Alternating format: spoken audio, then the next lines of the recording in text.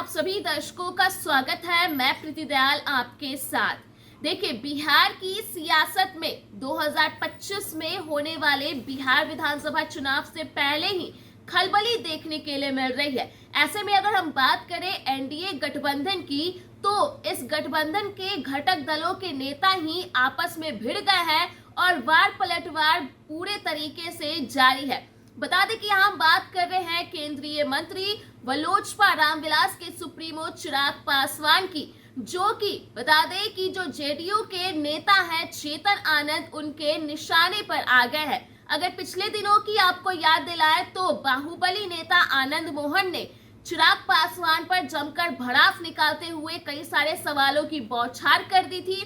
तो वहीं अब चेतन आनंद ने चिराग पासवान पर सवाल कर दिया है और उन्होंने बड़ी बात कह डाली है। जी हाँ, बता दें कि चेतन आनंद ने अपने सोशल मीडिया अकाउंट के जरिए एक पोस्ट साझा किया है और इस पोस्ट को साझा करते हुए उन्होंने चिराग पासवान को निशाने पर लिया और जमकर खरी खोटी भी सुनाई है। तो उस पोस्ट को आप अपने स्क्रीन पर भी देख सकते हैं, जिसमें चेतन आनंद ने लिखा है कि सच में अब वह समय आ गया है कि चिराग जी को यह स्पष्ट करना चाहिए कि वो एनडीए में है भी या नहीं।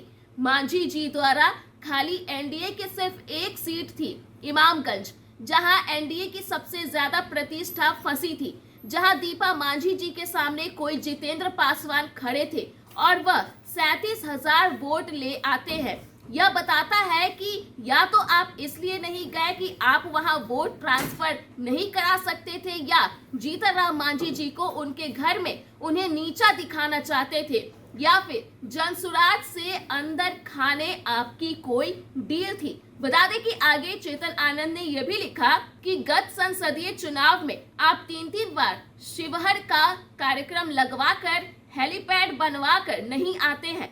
ऐसा कर आप क्या संदेश दे रहे थे? क्या हाजीपुर में राजपूतों ने आपको वोट नहीं किया? आप बार बार बुलाने पर भी इमामगंज नहीं आते हैं, क्यों?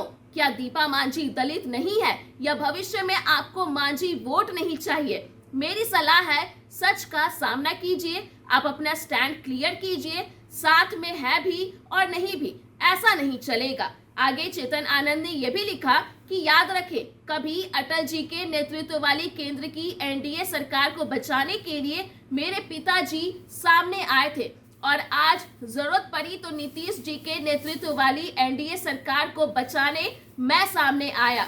हम कोई सड़क छाप नहीं है, एक जिंदा कौम के नेता है। अमर्यादित भाषा और टिप्पणी कहीं महंगा सौदा न साबित हो। चेतन आनंद, एमएलए शिवहर। तो इस तरह से देखा जा सकता है कि चेतन आनंद ने अपने सोशल मीडिया अकाउंट के जरिए ही एक बड़ी बात कह दी है चिराग पासवान को लेकर के।